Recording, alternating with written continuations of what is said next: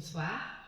Je suis très heureuse d'être là avec vous ce soir, très heureuse d'être avec Suzanne Oski, qui est une artiste dont le travail m'intéresse au plus haut point.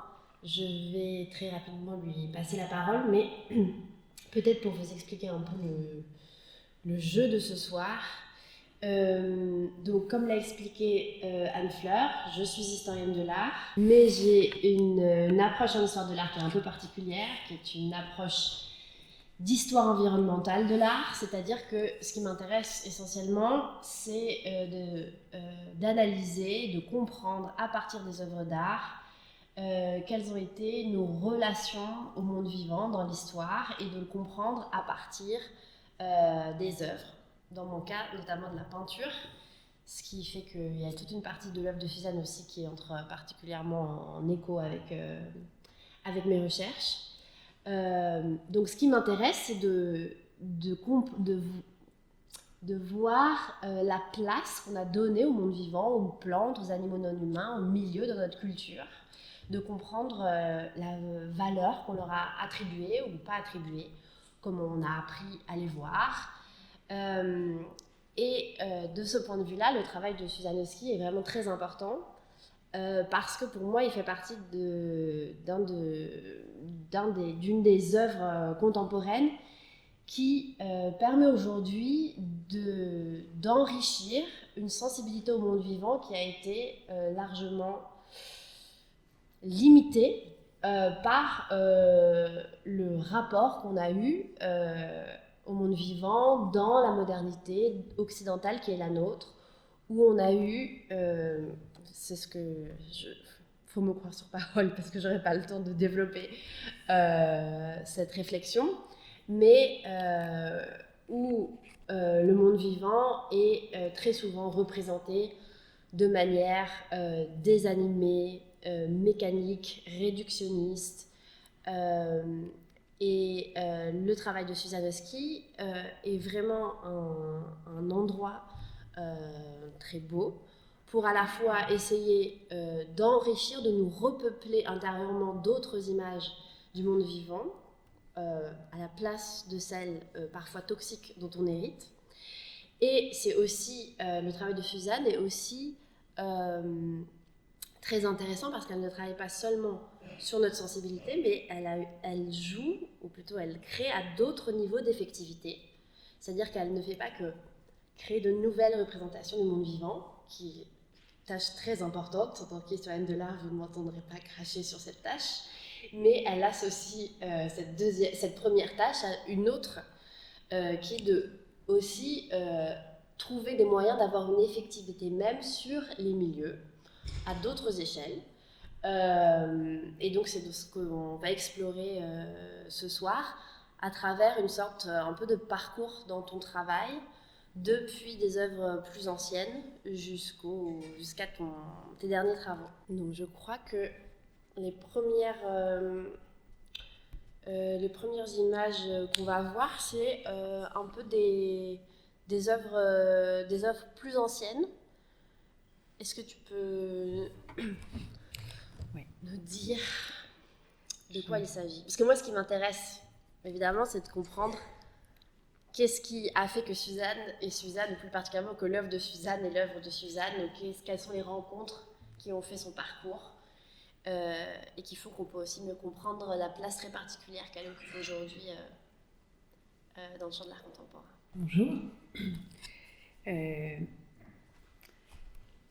Merci Anne-Fleur d'avoir organisé cette soirée, déjà, parce que ça n'a pas été simple de trouver le bon agencement. Je suis très très très heureuse d'être à côté d'Estelle, que j'admire immensément. Si vous n'avez pas vu ses livres, lisez ses livres. Il y en a un autre qui n'a pas été mentionné, qu'elle a écrit avec Baptiste, qui est Esthétique de la rencontre, qui est aussi corrosif et qui traite pas du vivant, mais un petit peu par défaut, et qui est absolument génial. Et voilà. Et donc on va un petit peu improviser ce soir parce que voilà. parce que cet exercice de de reprendre un arc de création, c'est pas un exercice que je fais souvent. Souvent, je parle des choses qui m'animent le plus. Et récemment, ça a été assez castor-centré, on va dire. Alors, je suis allée chercher dans certains travaux assez anciens, et on va essayer de survoler ça. Une des premières choses, donc pour contextualiser, moi je suis du sud Gironde, j'ai un père californien qui vit en France, et aussi je suis allée finir mes études aux États-Unis, en Californie, et je suis restée. Et une des premières choses que j'ai commencé à faire, c'est de documenter, c'est le contexte des guerres.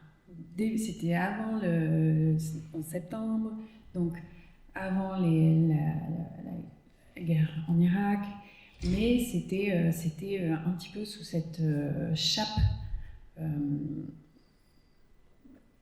politique. C'était le contexte en fait. Et donc, moi, j'ai commencé à documenter des personnes qui s'emparaient de leur jardin. Faut comprendre que c'est le contexte des jardins d'herbe, en fait, voilà, de banlieue, qui arrachaient l'herbe pour faire de l'hospitalité active.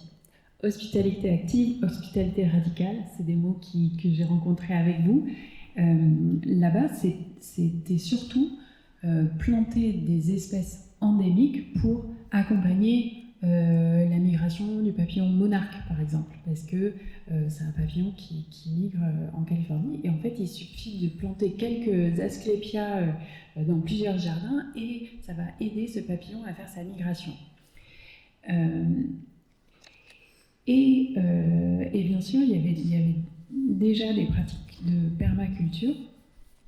Et donc, c'est tout un petit livre que j'ai commencé. On parle vraiment de choses anciennes, parce que là, on est entre 2000 et 2005 ou 6. Et c'est aussi récupérer l'eau de pluie, récupérer les eaux, comment empêcher les sols de s'assécher. Parce que dans un contexte où il ne pleut pas, en fait, et c'est aussi les années où je me suis formée en paysagisme horticole, dans un contexte où il ne pleut que 3 mois par an, on pense à l'eau tout le temps. Comment récupérer l'eau de pluie, comment infiltrer les eaux dans les sols, comment stocker les eaux dans les sols, comment agrader des sols urbains qui sont super abîmés, comment dépolluer des sols urbains qui ont beaucoup de plomb, parce que c'est des maisons en bois qui sont peintes avec des peintures au plomb, donc on a du plomb partout.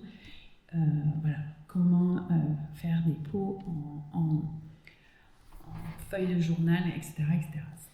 Et qu'est-ce qui fait que tu t'intéressais à ça en 2005, comme tu dis? Comment ça se fait est-ce que c'était quelque chose qui était avec toi avant, ou est-ce que c'est une sorte de première rencontre? Il y a eu un choc. C'est vrai qu'il y a eu un choc, parce que je suis allée enseigner en Chine pendant 1 an. Et bon, j'aurais jamais dû enseigner le français, je fais une faute à tous les mots, c'était pas du tout normal que j'enseigne, mais bon, s'il y avait une possibilité, il suffisait de faire un master pour aller en Chine et enseigner. Et en fait, pendant toute cette année-là, j'ai jamais respiré complètement. Il y avait Shanghai se préparait pour des Jeux Olympiques, et ils ont détruit la ville pour reconstruire la ville, pour accueillir le monde à l'occasion des Jeux Olympiques. Et en fait, j'ai eu un choc multiple en fait à ce moment-là. J'ai eu un choc de voir des rivières mortes, de voir le passé qui était écrasé, de voir des populations qui étaient relocalisées de la campagne, qui étaient amenées en ville pour faire les travaux, qui n'étaient pas payés, dont on avait pris les papiers. Enfin, tout était de ne pas respirer profondément, de ne pas voir le ciel bleu pendant 1 an. C'est de voir des forêts entières, parce qu'il y avait une compétition quand j'y étais, de la ville la plus verte. Et Et du coup, donc il y avait un effort, il y avait déjà une réflexion sur l'environnement. Et donc pour faire ce concours de la ville la plus verte, ils allaient déraciner des forêts d'arbres qui étaient grands et pour les replanter dans les villes pour gagner la compétition. Enfin voilà, c'était juste choc après choc après choc après choc après choc. Et quand je suis rentrée aux États-Unis, c'est là où j'ai commencé une formation en paysagisme horticole pour pouvoir mettre la main à la pâte, la main dans la terre, pour pouvoir agir positivement. Ah, ok. Parenthèse histoire de l'art. Mais du coup, c'est très intéressant parce qu'il y a quand même toute une tradition. De ce que tu racontes, je connaissais pas cette histoire, mais il y a quand même c'est arrivé plusieurs fois dans l'histoire de l'art que ce soit le choc de voir des milieux détruits qu'il faut qu'ensuite les artistes prêtent attention à ces milieux-là. Alors, ils ne prennent pas forcément la voie que tu as prise, toi, c'est-à-dire vraiment de contribuer activement à redonner de la santé à un milieu. Mais par exemple, je pense à la dernière conférence que j'ai faite au FRAC, ici, il y a 2 semaines, je parlais entre autres choses, j'ai parlé d'une peinture de Subo au 19e siècle. Et il y a une très grande prolifération, dans le bon sens du terme, prolifération sonne un peu négatif, mais de peinture de Subo au 19e, notamment dans la deuxième partie du 19e, même si ça commence bien sûr avec Barbizon dans les années 1820. Et il y a tout d'un coup, ça devient un sujet très important dans la peinture de paysage, vraiment le sous-bois profond, pas la forêt vue de l'extérieur. Et il y a une chercheuse, Jane Koslow, qui fait l'hypothèse à propos de la peinture russe de la deuxième moitié du 19e, que les peintres commencent à représenter les sous-bois à ce moment-là, précisément parce que c'est la période de déforestation la plus intense en Russie, que ces milieux qui pensaient être des milieux familiers qui seraient autour d'eux pour toujours, en fait disparaissaient, et que tout d'un coup, ça a attribué Enfin, ça rendait visible, mais bon, c'est un peu la même chose pour la situation probablement dans laquelle on est, en tout cas pour certains d'entre nous, où tout d'un coup le monde vivant est rendu d'autant plus visible qu'il est mis en danger. Et donc c'est un peu cette même dynamique-là pour ces peintres russes comme Ivan Shishkin par exemple, qui, devant la disparition de ces milieux-là, parce que familiers invisibles d'une certaine manière, va commencer à vraiment accorder beaucoup d'attention au sous-bois. Donc c'est intéressant, et en même temps, comme moi ça m'arrive pour l'histoire de l'art de m'intéresser au monde vivant à cause de cette crise, depuis la crise dans laquelle on est, c'est intéressant, mais aussi il y a quelque chose d'un petit peu triste dans ce constat que les choses sont rendues visibles quand elles sont fragilisées en fait.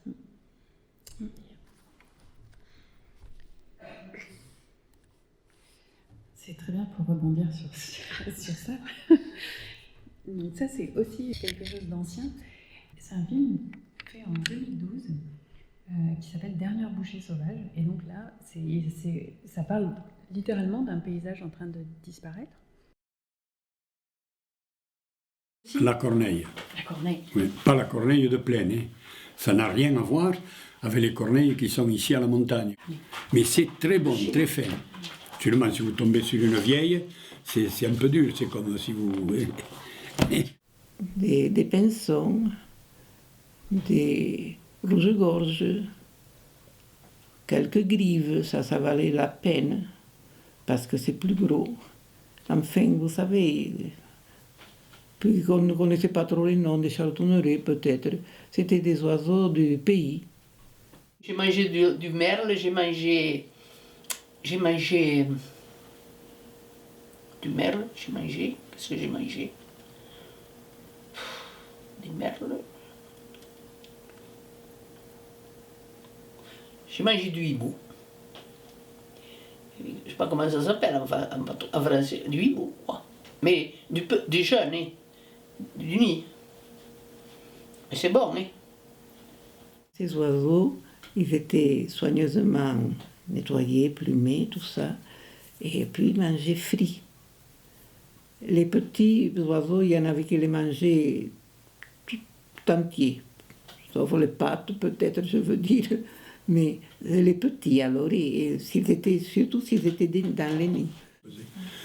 Maintenant, les oiseaux, ça arrivait qu'on les fasse à la broche. Ça, on les faisait à la broche. Elle est là, la broche. Tu sais qu'elle est là derrière. Les petits oiseaux, les tours, les grives. Mais il y en avait. Maintenant, il n'y en a plus. Oui, mais on avait une petite carabine, mon frère il avait une carabine. Alors il les tuait, tu sais. Oui, il les tuait. Dans les arbres. Oui, oui. C'est petit quand même. Mais c'était pas Oh, c'était petit, oui. On le faisait sortir sur la presse. Oui, oui, oui, c'est petit. Et c'était pas mauvais, Oui, surtout pas d'être mauvais. non? Oui, C'était naturel. oui. Et après, il fallait le peler. On lui enlevait la peau. Oui. Et après, on vendait les peaux. Elles étaient pas nues. On les faisait sécher. Et l'hiver, il y avait toujours des messieurs là qui passaient pour ramasser les peaux de lapin, les peaux des écureuils, des peaux d'agneaux s'il y en avait. Il y en avait qui avaient tué des agneaux, qui soient morts, qui les enlevaient la peau. Et on vendait les peaux, et on mangeait l'écureuil. Mais à l'époque, par contre, ils vendaient les peaux qui valaient très cher.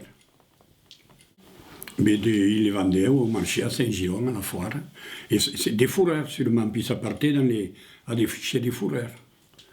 À l'époque, une peau de martre ou un truc comme ça, les vieux d'ici vous disaient, avec une peau de martre, ils se payaient, si vous voulez, ça valait le prix d'un fût de vin, d'un fût assez important.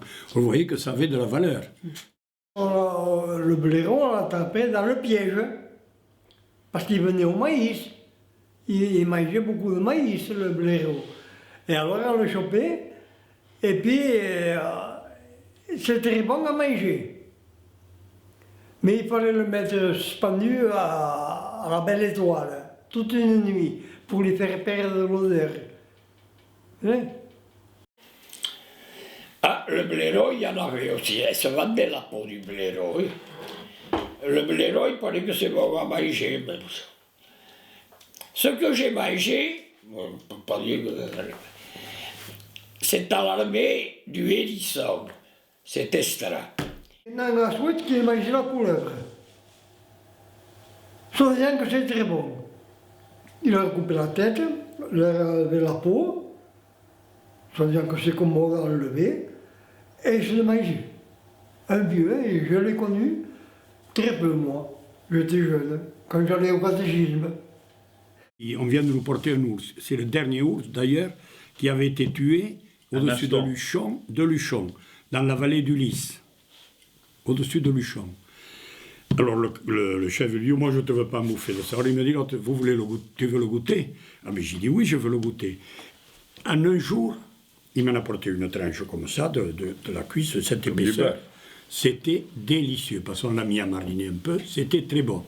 Eh bien, les gens n'étaient pas écolos comme maintenant. En un jour, il a été vendu l'ours. Vous voyez un peu? Et la mentalité de l'époque avait la mentalité de maintenant. Mais il y avait des ours en pagaille à l'époque.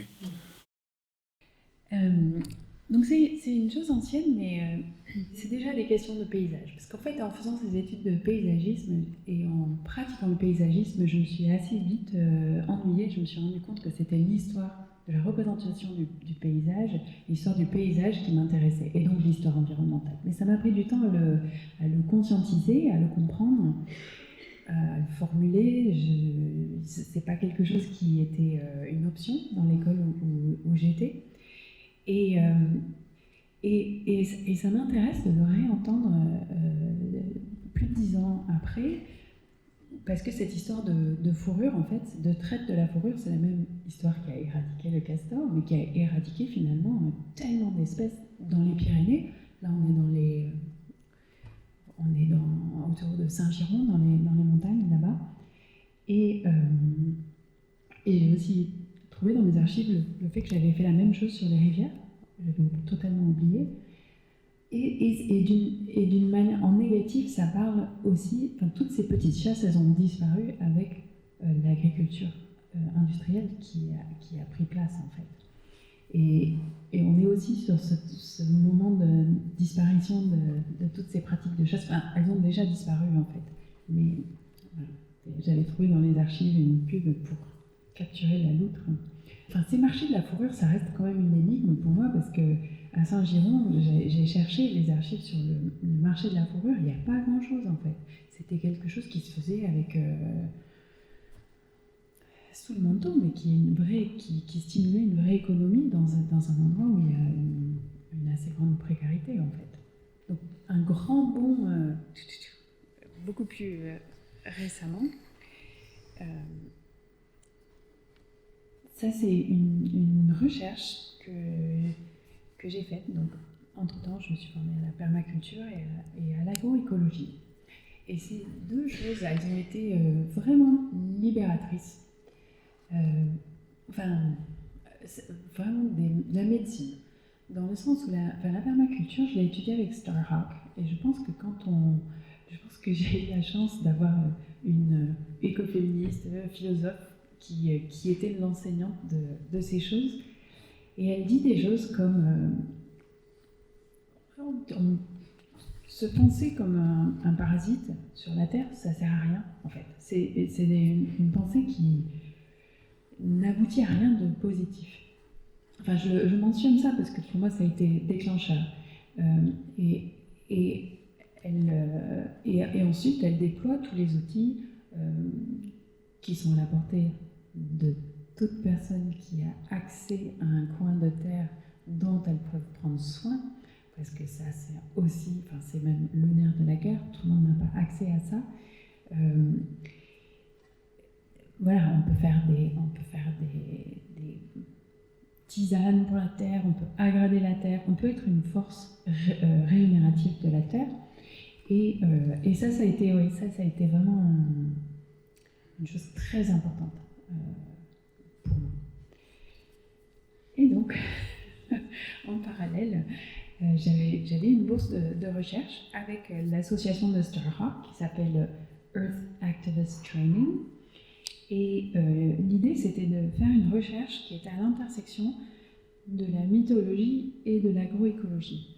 Il m'a semblé que ça résonnait avec tes recherches, alors que moi, j'étais pas en France et je savais pas ce qui se passait trop ici, mais pour moi, il y a un philosophe américain qui avait écrit cette phrase « The setting is what the story is all about ». L'histoire, elle se passe dans le décor, en fait. Tout ce qui se passait dans le décor, c'était totalement central, et c'est beaucoup ce que tu fais, toi, quand tu revisites les tableaux, où tu regardes tout le contexte historique de celui qui regarde, et qui sait regarder, etc. Et donc, on reprend ces contes, c'est devenu un podcast, Ma mère bois et autres histoires de la Terre. On reprend des contes ou des mythes et on regarde les non-humains auxquels on n'a pas fait attention. Parce que les contes, ils ont été dépiotés 10 000 fois sur les histoires de genre et tout ça, talala. Mais qu'est-ce que représente la branche de coudrier que la mère de Cendrillon lui donne avant de mourir?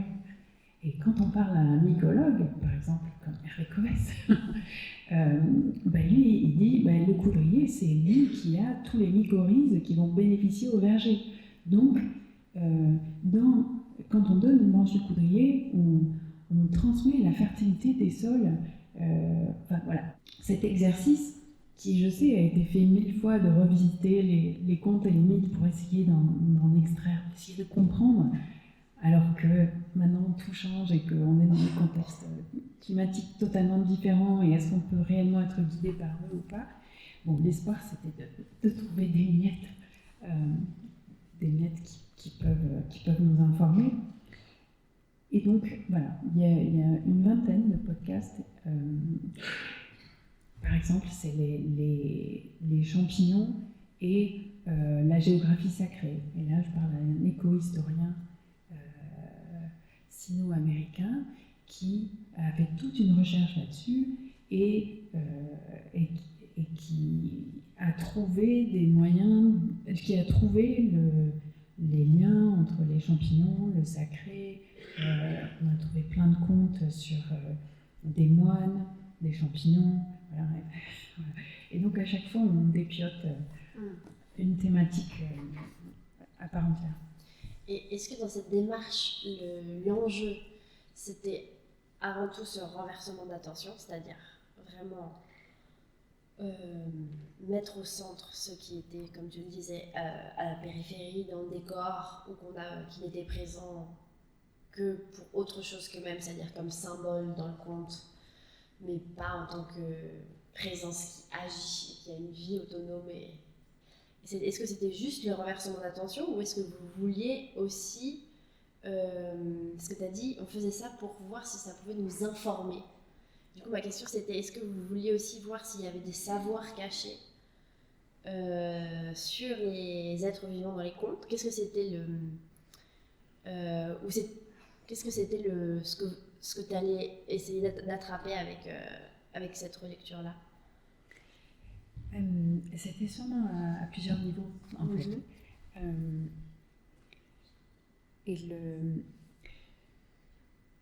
le premier, ce qui a été un petit peu la raison de commencer cette histoire, c'est que c'est un cours d'agroécologie, un cours sur la pédogénèse, donc l'histoire des sols. Et notre enseignant, donc c'était Harry, pour nous raconter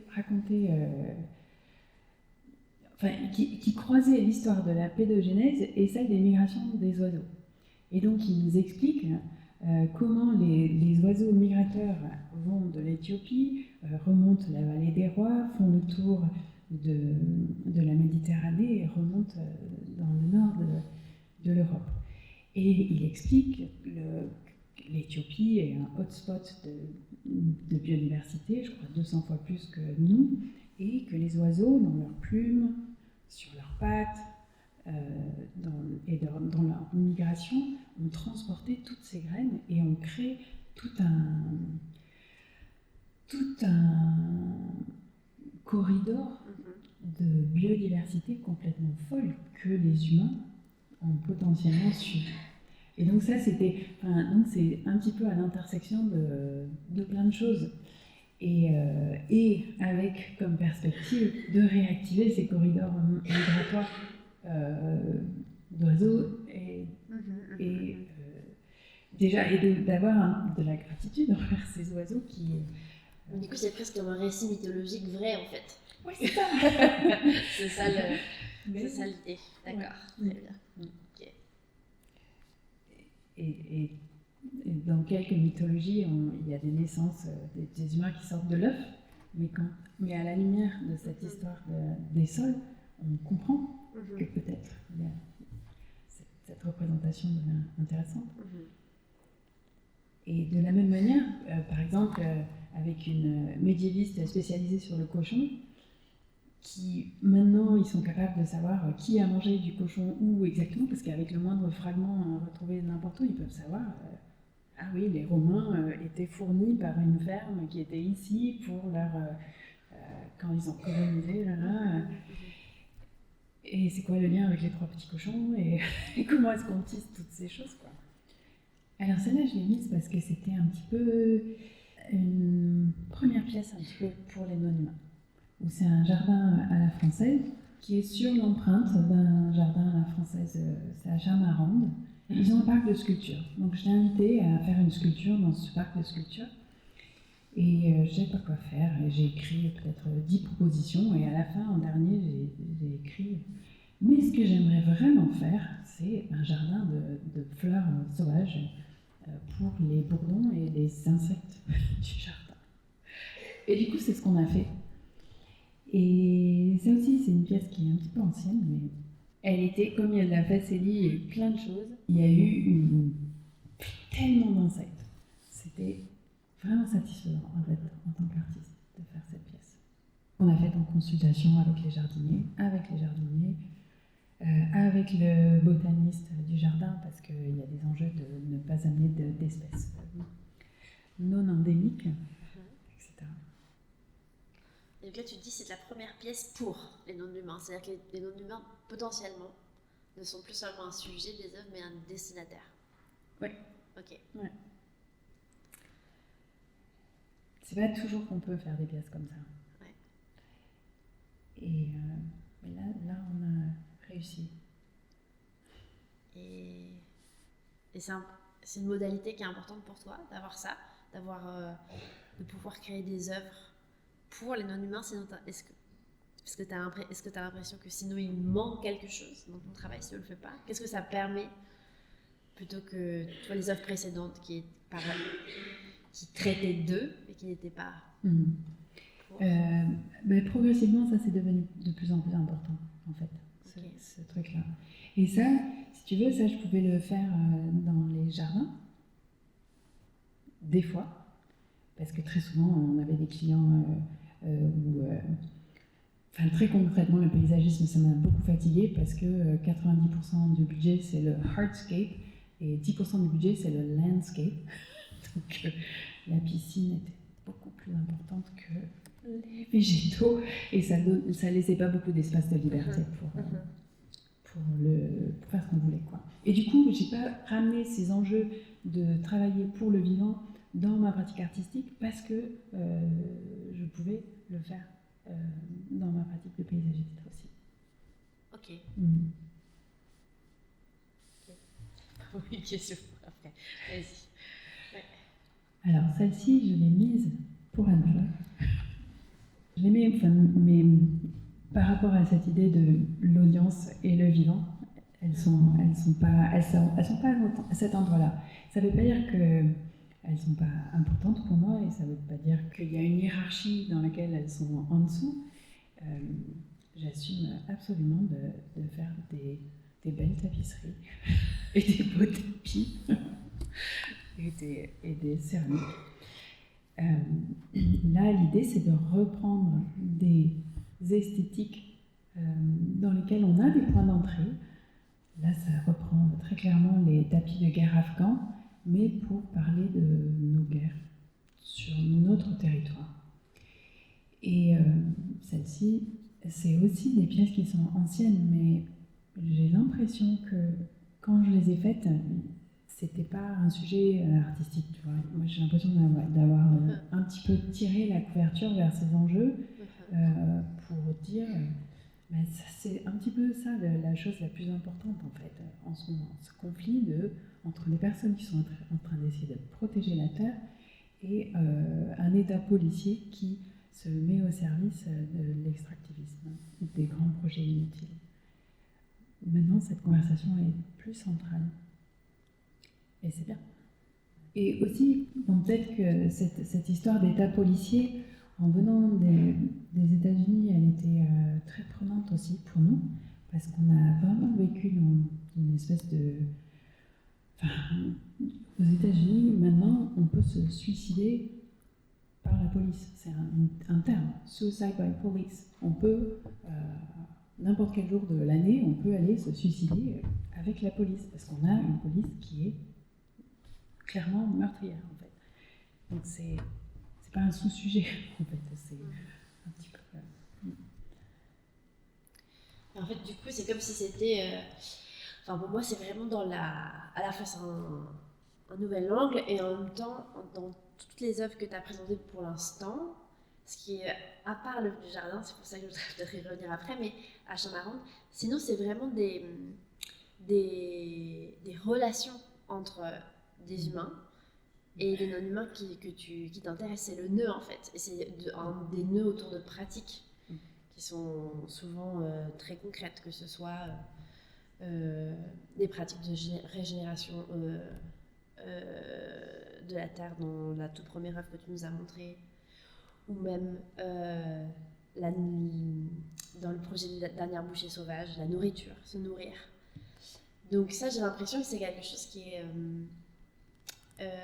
Enfin, ça me frappe là en voyant un peu le parcours, que c'est vraiment aussi la spécificité de ton approche. Parce qu'on pourrait aussi parler, il y a aussi beaucoup d'artistes en art contemporain qui choisissent de parler du monde vivant hors, comment dirais-je, de leurs interactions, des relations, des pratiques avec les humains. pour tout un tas de raisons. Donc, ça dépend du problème qui vous anime, c'est pas mieux ni moins bien. Mais du coup, je me rends compte que toi, c'est quand même le nœud entre les deux qui revient beaucoup. Et dans les castors aussi qu'on verra plus tard, c'est aussi ça. C'est aussi des humains qui... C'est comme si tu suivais des humains qui ont des relations avec... des relations particulières riches avec des non-humains, et que si tu te nourrissais de ça, et que c'était aussi le départ, dans plein de cas, un peu une sorte de terreau pour tes œuvres. Qu'est-ce que tu penses de ça? Ben, c'est génial que tu vois des choses que je vois pas. Mais oui, t'as raison. Ça, c'est clairement des nœuds. Ça fait référence à l'histoire de Jérôme Laronce, qui est un nœud, forcément. Ça, moi, je suis juste au nord des Landes. C'est un sacré nœud vers chez nous. On ne peut pas avoir une soirée de discussion de forêt sans que ce soit très, très, très, très, très tendu. Et puis là aussi, ça, c'était la ZAD de Roibon, où ils allaient construire non, ça a été abandonné. Un center park, donc une nature totalement artificialisée pour qu'on puisse vivre dans un faux petit village ultra sécurisé comme on faisait il y a 40 ans encore. Et pourquoi est-ce que tu as pris Ici, tu as subverti des formes, des motifs très anciens ici. Qu'est-ce que tu allais chercher? Est-ce que tu voulais créer en faisant ça? C'est aussi ce que tu fais avec le jardin à la française. Tu vas chercher une sorte de tradition formelle immédiatement reconnaissable, et tu la tires vers un autre endroit. Qu'est-ce que ça a produit pour toi? Je crois que c'est de prendre une forme sur laquelle on a un point d'entrée. Tu vois, une chose comme ça, on sait très bien regarder cette chose, on l'a vue 3 milliards de fois. Et donc on rentre très confortablement dans une image comme ça, parce qu'on l'a vue 3 milliards de fois, et hop, on peut couper les arbres, on peut changer le sujet, mais avec ce point d'entrée qui est connu, je pense que c'est quelque chose de cet ordre, je sais pas. Tu sais, on comprend les choses progressivement. Ça, j'ai pas encore compris. Ça, c'est un jardin qu'on a réussi à mettre en place. Alors nous, parce que donc on avait un duo d'artistes qui s'appelle le Nouveau Ministère de l'Agriculture avec Stéphanie Sago, qui continue à exister, mais Stéphanie le porte seule. J'ai donné ma lettre de démission en tant que ministre du Nouveau Ministère de l'Agriculture. Donc encore une fois, l'idée de, en tant qu'artiste, mettre le sujet de l'agriculture au centre, parce que l'agriculture, c'est l'endroit où le lien avec les non-humains est manifeste, et un programme agricole place la manière dont on va interagir avec le vivant, déployé sur tout un paysage. Et donc, on a demandé à Hervé Corbès, encore une fois, d'être le ministre de l'Agriculture, et il a écrit un manifeste très très beau qui s'appelle le Manifeste pour une agriculture de l'amour, où il fait un plan agricole non pas sur 4 ans mais sur 1000 ans, qui est le temps de l'arbre, le temps du sol, le temps de la régénération d'un sol. Et en même temps qu'on a créé ce film et qu'on a montré ce film, dans les jardins de ce centre d'art, on a pu faire un jardin en agroécologie, enfin, où on a pu agrader les sols. On a travaillé, moi je suis assez fière de ce projet, même s'il n'a pas tenu, parce que on a travaillé avec les équipes techniques de ce village pendant des mois, et on a agradé les sols. Quand on jardine, quand on est dans les espaces publics, dans les espaces verts, on doit travailler hyper rapidement, on doit nourrir les sols vite, on n'a pas le temps de respecter le végétal, la plupart du temps, vite faut tailler, vite faut couper parce que ça gêne, Et là, on a travaillé avec le temps long, Parce que moi, je voulais aggrader les sols, mais je voulais aggrader les sols avec le fumier du cheval de là. Donc, ça impliquait de prendre le temps et de travailler avec la terre. Et ils ont été hyper heureux de pouvoir travailler comme ça, parce qu'ils savent qu'il faut travailler comme ça. Mais c'est la logique de la vitesse qui fait que la plupart du temps, ils ne peuvent pas. Du coup, j'ai une question. Tu as dit tout à l'heure que tu sais que ça, c'était quelque chose qui concernait ta pratique de paysagiste, mais pas ta pratique d'artiste. Tu as séparé. Tu as fait plusieurs, au cours de la courte période de ta vie que tu nous as raconté, tu as fait plusieurs formations, paysage horticole, permaculture, agroécologie. Est-ce que quand tu as commencé ces formations, tu avais l'impression que c'était séparé de ta pratique artistique, c'est-à-dire que c'était pour, je ne sais pas comment tu te représentes toi-même, si tu es 2 personnes intérieures ou plusieurs, sûrement plusieurs comme nous tous, mais si tu pensais que ça ne s'adressait pas au pan de toi qui est artiste, ou est-ce que tu faisais ces formations en te disant que c'était des outils supplémentaires de création? Est-ce que là, par exemple, c'est le cas? Ici, ça devient vraiment une sorte de savoir-faire artistique que tu as en plus de la tapisserie, de la céramique, de l'aquarelle. Ouais, c'est compliqué parce que c'est la question d'être le plus juste avec la terre, et ça prend du temps de trouver la justesse de cette relation. Et je pense que ça prend peut-être une vie, en fait. Et peut-être comme tout le monde, j'écoute un cours d'agroécologie et je me dis « Ah oui, je vais faire ça !» C'est insupportable parce qu'on veut faire autre chose. Si je pouvais, je ne ferais plus que de la gradation de sol comme pratique artistique. Enfin, c'est ma narration interne. Mais après, j'ai toujours envie de faire autre chose. Ouais. Donc c'est compliqué. Alors, celle-là, cette pièce, je l'ai aussi mise pour Anne-Fleur. Mais donc je rentre dans la partie castor. Peut-être que j'aurais pas dû commencer par celle-là, mais je vais la raconter. Donc ça, c'est une pièce qu'on a pensée avec Baptiste Morisot.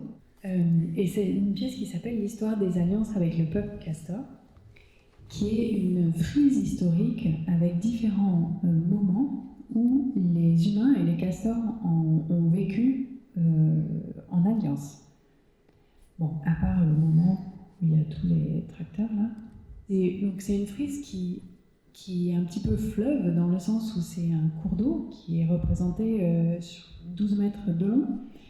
Et c'est une tapisserie brodée qu'on a faite à une quarantaine de mains chez moi. Alors, je le montrerai après, mais on avait pensé une frise du temps profond des rivières pour expliquer comment on est arrivé à corseter et drainer et simplifier nos rivières. Et moi, j'ai été invitée par les Monuments de France à faire une œuvre textile et je voulais faire quelque chose fleuve et voilà. Et en discutant avec Baptiste, Baptiste a dit « Ah oui, mais si on faisait l'histoire des alliances ?»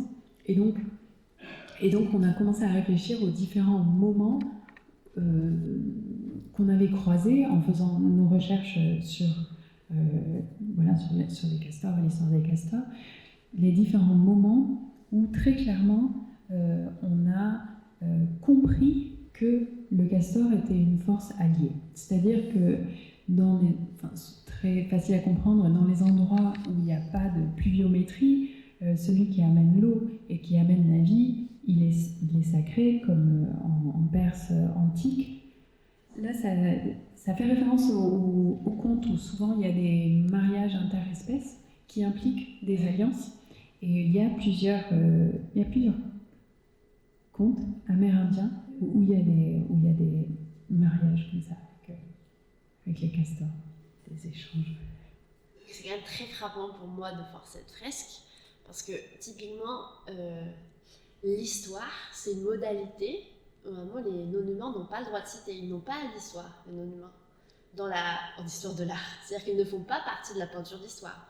Dans la peinture d'histoire, qui est le genre consacré à la représentation d'événements historiques, de temps longs, etc., c'est que une histoire humaine, il n'y a pas de non-humains dans cette histoire, parce que les non-humains sont représentés comme vivant d'une sorte d'éternel présent figé, même après 1859, après la découverte de la théorie de l'évolution. Donc c'est le fait de tout d'un coup reprendre évidemment le thème de la fresque historique, qui a bien sûr plein d'échos en histoire de l'art, et qui s'inscrit aussi, et après avec son descendant sa descendante pardon, qui est la peinture d'histoire, mais de faire prendre comme sujet les relations entre humains et non humains, c'est extrêmement rare en peinture occidentale. Il ne faut jamais dire jamais en histoire de l'art, je sais, parce qu'il y a toujours quelqu'un qui a un contre-exemple dans la salle. Mais en tout cas, c'est suffisant, c'est vraiment... c'est très peu, ça s'est très peu fait. Donc c'est très beau parce que ça veut dire, c'est toute la démarche aussi de l'histoire environnementale, bien sûr, de dire en fait les non-humains ont une histoire par ailleurs bien plus longue que la nôtre, puisqu'on est quand même des arrivants très tardifs dans l'histoire de la vie sur Terre, mais ont une histoire qui, c'est pas seulement qu'ils ont accumulé des millions d'années, mais que ça n'a produit aucun changement, c'est que c'est une histoire au sens où, au même titre que nous, avec des événements marquants dans la lignée, qui font que leur comportement, leur mémoire, leur histoire et leur relation au milieu changent, comme pour le castor. Et dans cette histoire-là, dans cette histoire du castor, il y a évidemment ces multiples interactions au cours de l'histoire avec des humains. Mais du coup, c'est très beau parce que on pourrait avoir un double regard sur la fresque où c'est à la fois notre histoire avec les castors, mais c'est aussi, ça pourrait être, comment dirais-je, une fresque qui raconte l'histoire des rencontres des castors avec nous. C'est-à-dire que c'est aussi une fresque de leur histoire. Je ne sais pas comment dire, c'est autant la leur que la nôtre, justement. C'est l'histoire partagée. C'est les sections d'histoire partagée commune qu'on a avec eux. Donc c'est assez très fort de représenter ça. Oui, et pour nous c'était super important. En plus, c'était montré dans un monument historique, un château de France. Bien sûr, ça fait écho à la tapisserie de Bayeux, où il n'y a que des conflits aussi. Et là, on parle d'alliance. Et oui, il y a toute une section au début, avant que l'humain arrive, parce que le castor est une espèce facilitatrice. Donc c'est... Et chemin faisant, en pensant à la conception de cette pièce, on a croisé les écrits d'archéologues qui ont, pareil, ils sont capables de savoir combien de castors ont été prédatés où en Europe, et surtout, est-ce qu'on prélève les adultes ou les petits? Parce que si on prélève des vieux adultes, ça veut dire qu'on comprend très bien qu'il ne faut pas prélever les petits, et que ça veut dire qu'on comprend qu'il faut... C'est une certaine gestion, tu vois, à défaut de ne pas avoir un meilleur mot, pour respecter les familles de castors locales. Donc, et ces archéologues expliquent que non seulement le castor est l'espèce facilitatrice pour plein d'autres espèces, dont l'humain, mais notamment le cochon. Il parle du cochon qui viendrait prospecter les anciennes mares de castor et aurait facilité la rencontre entre humains et cochons, et on sait où cette histoire a mené. Et c'est une histoire qu'on essaie de finir par quelque chose de positif, où on refait alliance avec le peuple castor. Et les alliances qui existent déjà entre les oiseaux et les castors. Donc, les castors, les rivières en bonne santé, c'est quelque chose qui a pris le dessus sur ma vie et ma vie artistique il y a 3-4 ans.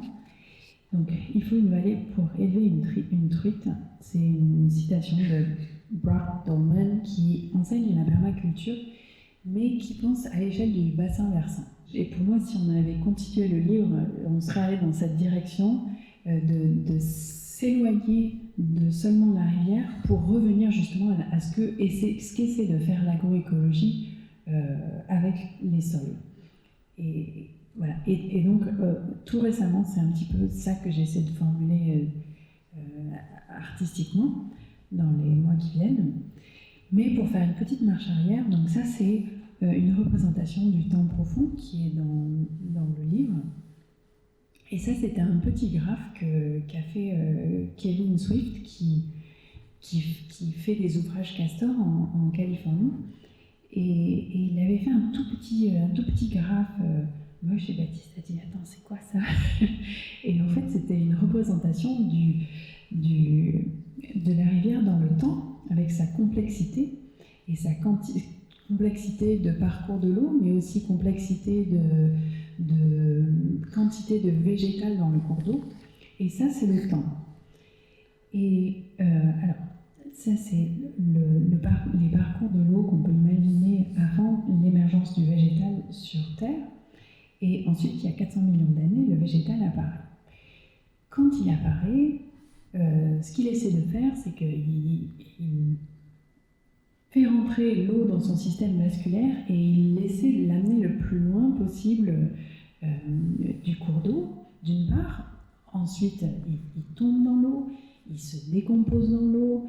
En tombant dans l'eau, il ralentit le parcours sédimentaire et ce qui fait que l'eau se déploie très largement. On devait avoir des forêts très très humides vraiment partout. En France, c'était un tiers des paysages. Et puis quand les castors arrivent, donc là, il y a 8 millions d'années, c'est les castors tels qu'on les connaît maintenant, mais très certainement les ancêtres des castors actuels avaient certainement aussi une capacité de faire des ouvrages. Ce qu'ils font, c'est qu'ils reconnectent complètement les parcours de l'eau pour faire remonter encore plus les nappes phréatiques et donc voilà, ils augmentent encore plus la complexité du parcours de l'eau, ils augmentent encore plus la quantité de végétal dans l'eau et voilà. Et ensuite arrive l'écobuage pour les peuples premiers, peut-être pour les nôtres, je ne sais pas. La déforestation et donc moins de végétal dans l'eau. Et ensuite, on se sert des cours d'eau pour traîner nos arbres, on canalise, on draine pour nos agricultures. Ensuite, on cultive des espèces qui viennent plus du Moyen-Orient et qui ont beaucoup d'eau, besoin d'eau, si bien qu'on est revenu dans certains cours d'eau à une pauvreté de lit qui est équivalente à la pauvreté qu'elle avait il y a très longtemps. Sachant que nos cours d'eau, très souvent, ils sont capturés, ils sont descendus trop bas et ils ne peuvent plus remonter, dans le sens où on a une culture il faut des arbres pour tenir les berges. Les ragondins détruisent les berges. Le problème, c'est que ces berges, si elles sont tenues par les arbres et que les arbres qu'on ne les laisse pas tomber dans les cours d'eau et qu'on les enlève, parce qu'on a une culture du retrait d'embâcle, le cours d'eau ne peut que descendre. Et donc les incisions s'approfondissent. Les cours d'eau, ils ont besoin de cette matière végétale, ils ont aussi besoin de sédiments. Mais bon, on a des outils, on sait comment aider les cours d'eau. Comment est-ce que les castors ou les rivières sont arrivés comment est-ce que tu les as rencontrés et est-ce que tout de suite, tu t'es dit, en fait, c'est quelque chose que j'ai envie d'attraper artistiquement ou est-ce que ça a pris du temps? Alors, en faisant ces podcasts, Ma mère Loi et Autre Histoire de la Terre, à un moment, on m'a glissé un livre sur les castors. Et c'est un livre d'histoire environnementale qui est absolument extraordinaire, de Ben Goldfarb. Et ce livre, il m'a juste absolument déstabilisée, d'une part, parce que je n'avais pas mesuré, parce que je pensais que les castors étaient canadiens, en fait, tu vois, tout simplement. Pour donner le contexte, moi j'ai grandi dans un moulin à eau en France, dans un moulin qui s'appelle le moulin de la Saule, dans un cours d'eau qui s'appelle le Beuve, donc Beuve, beaver, béver. Donc j'avais plusieurs ingrédients pour je pensais connaître la rivière. Quand on grandit dans une rivière, nous on a grandi en enlevant la poubelle de la rivière, parce que la rivière était utilisée comme une poubelle. Il y a, aussitôt qu'il pleut, il y a des inondations, il y a des sédiments qui descendent, il y a des digues, des écluses, des biefs, il y a tout. Le moulin est cramé parce que c'est un moulin hydroélectrique mal fait, etc., etc. Il y a toute la végétation de lits de rivière, la famille du ragondin, le poule d'eau, voilà, je pensais connaître la rivière.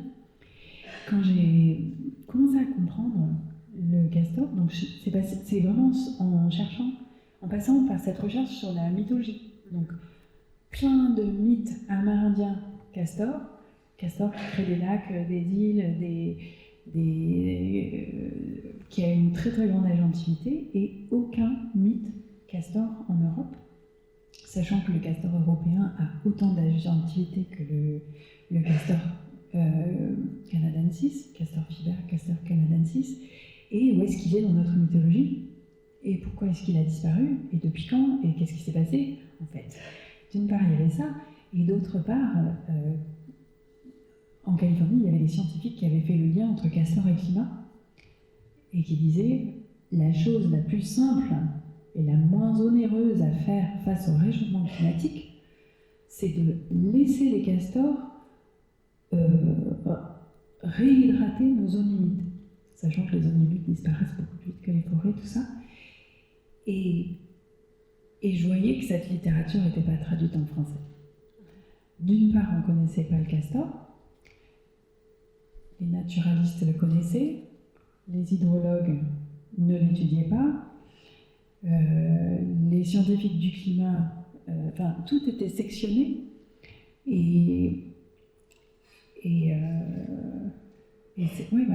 ces mondes ne communiquaient pas, ces textes n'étaient pas traduits en français, et donc il y avait vraiment... il y a eu un moment où je me suis dit, bon, si je ne le fais pas, personne ne va le faire, en fait, tu vois, de tricoter ce truc-là. Donc c'est parti, je suis partie en croisade, en fait. C'est dit. De fait, aux États-Unis, le castor, il est en bas du totem. On avait une déesse castor. Enfin, il y avait plein de choses assez joyeuses, quoi. Et donc, une des premières choses que j'ai faites, ça c'est un milieu castor. Je l'ai mis parce que c'est en Belgique, c'est pas très loin. Ah oui, et le castor, il n'est pas du tout loin, il est à Gartempe. Il est dans la rivière de la Gartempe. Oui, il est tout près, c'est au nord. Pourquoi tu voulais nous montrer cette image ? Je voulais la montrer parce qu'il se passe un truc assez joyeux en Belgique. C'est que les chasseurs et les personnes qui comprennent le castor sont en alliance, en fait. Et ça, c'est quelque chose qui m'a énormément surpris parce que si le castor revient dans le Sud-Gironde où je suis, je pense qu'il vivra pas, en fait. Je pense qu'il sera tué. Et ça m'a vraiment surpris, que les chasseurs en Belgique, sachant qu'il est de retour depuis moins de 20 ans en Belgique, ils sont complètement pour. Et pourquoi ? Parce que, et on le voit un petit peu dans cette image, donc le castor, il va noyer ce fond de vallée. Donc ça, c'est un fond de vallée qui est en V. Et en le noyant, donc il fait descendre la strate arbustive.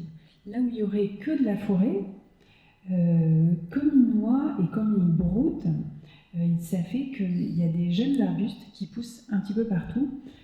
Et ça, c'est ce qu'aiment les herbivores qui viennent brouter autour de ces plans d'eau, d'une part. Et j'imagine qu'il y a les oiseaux migrateurs qui peuvent aussi se poser là-dessus, qui sont prédatés par les chasseurs. Donc les chasseurs, ils ont compris qu'ils bénéficiaient en fait de l'arrivée du castor. Voilà, c'est pour ça que je fais cette image. Vous voyez sans doute à quel point les milieux castors font vraiment violence à l'héritage qu'a notre œil occidental dans ce qui est considéré comme étant un beau paysage, un paysage agréable pour l'œil, où on s'y sent bien, qui est hospitalier, puisque ici c'est très, comment dirais-je, on ne reconnaît pas l'organisation géométrique qui caractérise l'aménagement humain. C'est très difficile, c'est une sorte d'imbrication de plans, je fais volontairement, une sorte de mix entre des termes d'histoire de l'art et des termes de paysage, une imbrication de plans qui rendent ça assez illisible. Et il n'y a pas vraiment, comment dirais-je, on ne voit pas comment notre corps humain à nous peut trouver une place ici. Donc on ne voit pas ça comme un milieu spontanément hospitalier, alors même que ce que tu expliques et ce que Rendre l'eau à la terre, l'ouvrage que tu as créé avec Baptiste Morisot, explique à quel point justement ce sont des milieux hospitaliers pour la vie, pour toute la vie non humaine, mais donc aussi pour la vie humaine d'ailleurs, parce qu'il y a beaucoup d'exemples d'alliances comme tu le racontais, avec l'agriculture notamment, avec l'élevage. Mais donc ça veut dire que quand même on nous a que notre tradition visuelle, enfin artistique, culturelle occidentale ne nous a pas appris à reconnaître à quoi ressemble un milieu hospitalier. On s'est trompé sur ce que ça veut dire un milieu accueillant, parce que les caractéristiques dont on hérite, par exemple dans la peinture de paysage, à savoir essentiellement que ça doit être des milieux qui portent des traces d'aménagement, dans lesquels et donc dans lesquels notre œil, donc nous avons l'impression que nous pouvons agir, ne sont pas les milieux qui favorisent le plus la vie pour tous les autres. Donc c'est comme s'il y avait une sorte de réapprentissage de l'œil à savoir, à apprendre à lire les milieux et aussi du coup à transformer notre goût visuel pour les milieux qui soient un peu plus en accord avec la fertilité, la santé, la vitalité des milieux, ce qui actuellement est relativement décorrélé. Parce qu'on peut trouver des milieux, on peut trouver des milieux qui sont extrêmement toxiques pour la vie, particulièrement plaisants, par exemple ce fameux fond d'écran Windows que tout le monde a choisi pendant des années avec cette colline verte complètement homogène qui est d'anciens vignobles dévastés par un champignon, je crois, et donc qui est un milieu absolument inhabitable, c'est-à-dire que c'est de la monoculture, en plus suite à une épidémie. Il n'y a absolument rien de désirable, mais pourtant, notre œil, visiblement, a trouvé ça vraiment charmant, puisqu'on a choisi de voir ça tous les jours pendant plusieurs années, à chaque fois qu'on allumait notre ordinateur. Donc c'est ce genre d'exemple-là qui fait que le travail de Suzanne est aussi très important, parce qu'il joue un rôle, aujourd'hui, dans cette crise d'habitabilité de la Terre dans laquelle on est, il joue un rôle très important pour transformer notre sensibilité à qu'est-ce que ça veut dire un milieu habitable, puisque visiblement, à plein d'endroits, on n'est pas capable spontanément de faire la différence. Et souvent, on questionne l'utilité de l'art, et en fait, avec cette question de rivière, les représentations de rivières faites par les artistes depuis le Moyen-Âge ont forgé notre représentation de la rivière. Et sauf qu'elles arrivent toutes après l'éradication du castor. Quand les rivières sont déjà très abîmées, tu veux dire. Quand les rivières sont déjà simplifiées, alors que la rivière en bonne santé, elle est décélérée et accélérée par le castor. Elle est, l'eau est complètement ralentie sur le paysage. Donc tu veux dire qu'on n'a pas de représentation collective d'une rivière en santé, en fait. C'est ça. Ok, super. Extrêmement rassurant. Alors, ce qui pose problème, parce que justement, dans les écoles d'hydrologie, ça c'est une rivière déployée par des castors, dans une école d'hydrologie, et ça c'est un test qui a déjà été fait par Chris Jordan, il demande à des jeunes hydrologues qui ont déjà pas mal d'années d'études de redessiner une rivière qui va tout droit, et ils font un méandre, ou parfois des losanges.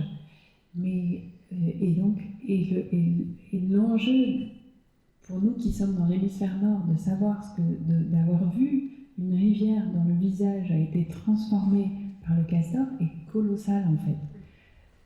Et c'est même un petit peu le nerf de la guerre de faire rentrer le castor dans des écoles d'hydrologie. Et juste pour vous donner l'échelle, Joe Wheaton, qui écrit la préface, qui est un hydrologue qui a écrit la préface de notre livre, dans son université en Utah, on peut étudier comment relocaliser un castor pendant un semestre. C'est un des cours qu'on peut prendre. Ça y est, c'est rentré maintenant depuis 15 ans qu'ils ont appuyé dans cette direction, en se rendant compte que le meilleur hydrologue, c'était celui qui faisait ça, qui vivait d'une part dans la rivière et qui faisait ça depuis des millions d'années.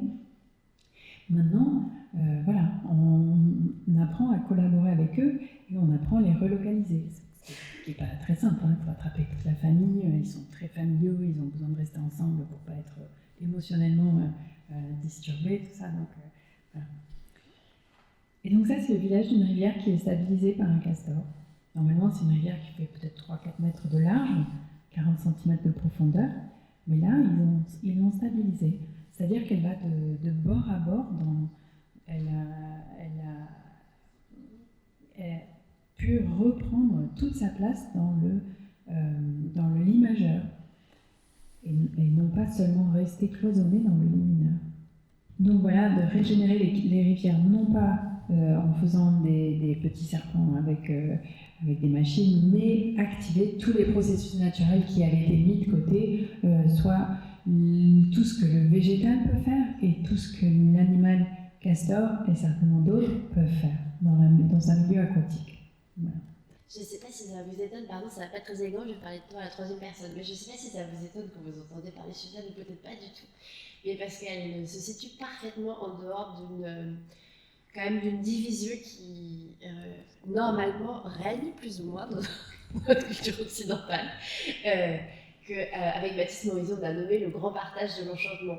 C'est cette idée quand même que les sciences et les arts, normalement, c'est quand même deux choses très distinctes, à qui on a attribué des privilèges très différents et opposés. C'est-à-dire que les sciences ont le privilège de dire la vérité, on leur reconnaît ce privilège-là, et avec une sorte de malédiction qui va avec, du fait d'une certaine manière de faire des sciences qui bien sûr ne qualifie pas toutes les sciences aujourd'hui, mais quand même une certaine manière de désanimer avec cette espèce de pulsion pour aller contre certaines croyances, contre ce qui était jugé comme de la superstition, de dire vous pensez que le monde vivant c'est incroyable, etc. Mais tout ceci ce n'est que. C'est un peu une sorte de cri caché d'une certaine émergence des sciences dans la modernité occidentale. Et donc les sciences auront le privilège de dire la vérité, mais aussi au prix de désenchanter tout ce qu'elles touchent. Et les arts auront le grand privilège de pouvoir réenchanter le monde, de pouvoir nous offrir des images magnifiques, superbes, profondes du monde, mais par contre, on ne leur attribuera à aucun instant le privilège de pouvoir nous dire quelque chose de vrai sur le monde. Et donc évidemment, ce partage-là est d'une immense violence, parce que c'est comme si les artistes n'avaient seulement, c'est qu'on retire carrément toute effectivité digne aux artistes, puisque du coup ça devient juste une sorte de divertissement, de poétisation sans effectivité possible, à part celui d'une sorte de, je sais pas comment dire, d'enchantement temporaire, mais qui n'est pas la vérité.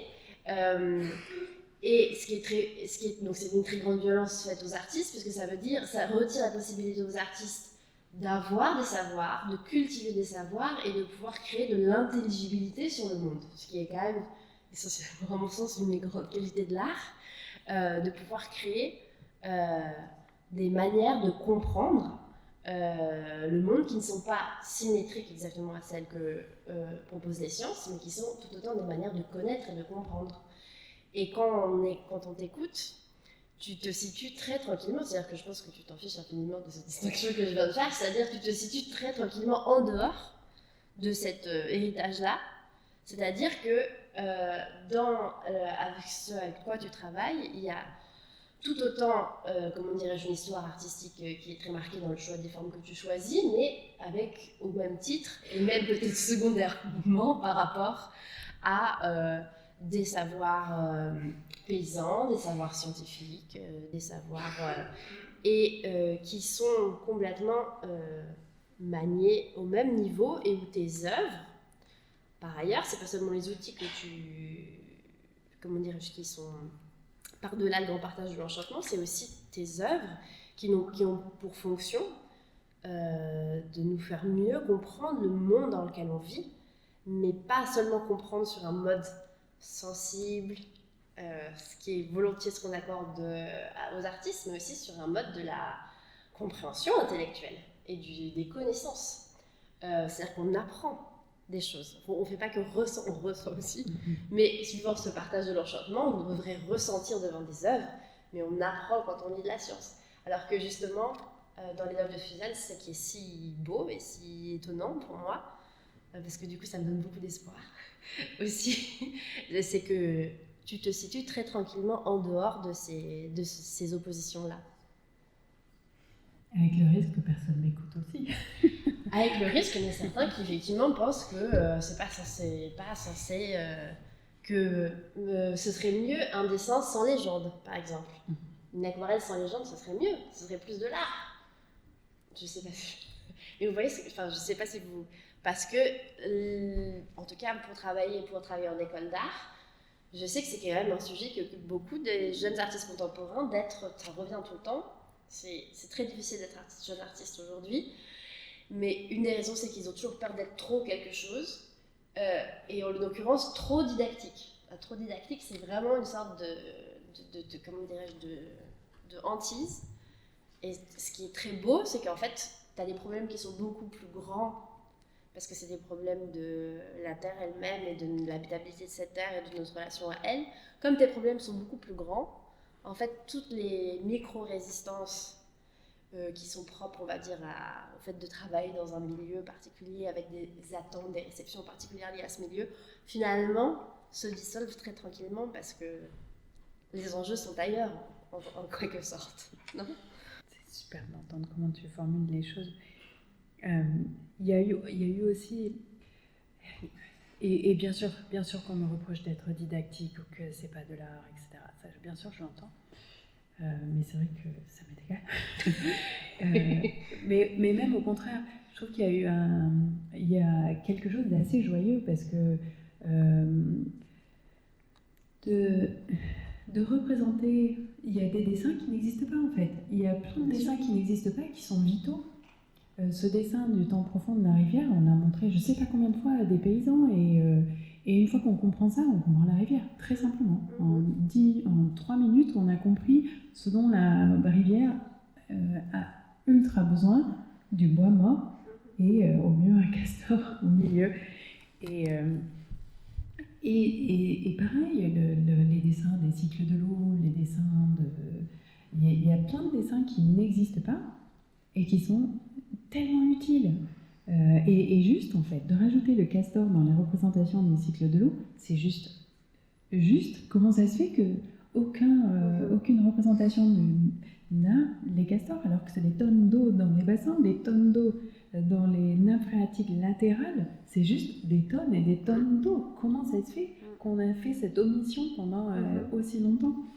Et donc c'est vraiment un moment... je sais pas si ça va durer, mais c'est un moment un peu privilégié en tant qu'artiste de pouvoir être utile, tu vois, de pouvoir faire des dessins qui sont importants, enfin qui me semblent importants.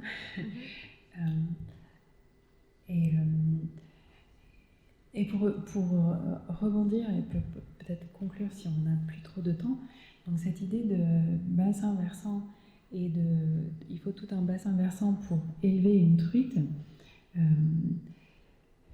toujours les rongeurs, mais les rongeurs qui sont totalement, encore une fois, liés à l'eau, mais là, non pas dans le cours d'eau, mais sur les terres. Donc, moi, j'ai la chance d'avoir une petite terre dans laquelle je prends soin, et mon objectif, c'est d'y faire revenir le plus de rongeurs possible. Parce que, donc là, je vais traduire un petit texte. J'ai oublié le nom de l'autrice de ce livre, mais c'est Les rongeurs et l'eau, en gros. Et elle parle du fait que quand les chiens de prairie, qui sont une espèce clé de voûte, quand ils font toutes leurs cavités dans les déserts, ils font des habitats pour les serpents, les lapins, les tortues, les crapauds et plein d'autres espèces. Et quand ils sont partis et quand les bisons sont partis, toutes ces autres espèces ont aussi disparu. Et l'eau aussi. Et il y a des contes où le chien de prairie, des personnes traversent le désert, ils sont assoiffés, ils vraiment vont mourir de soif, ils croisent le chien de prairie qui leur donne à boire. Et c'est très simple à comprendre en fait, c'est aussi simple à comprendre que le castor et que le lapin de Garenne, parce que le lapin de Garenne était l'équivalent de notre chien de prairie, c'était celui qui fait les plus grosses galeries partout. Une garenne, c'est un ensemble de galeries, et on peut imaginer la capacité d'un sol à absorber l'eau à travers ces galeries. Donc, et quand on comprend le lapin garenne, le chien de prairie, on comprend la taupe, on comprend tous ces rongeurs qui passent leur vie à faire des cavités et à augmenter la capacité d'un sol à retenir l'eau. Donc c'est pas du tout que le rongeur de rivière qui est hyper important. Il y en a plein d'autres. Bon, le lapin n'est pas un rongeur, c'est un lagopède, mais tous ces bâtisseurs de terriers sont des alliés fous pour aider nos sols à grandir en porosité. Peut-être qu'on peut arrêter la conversation ici. Merci.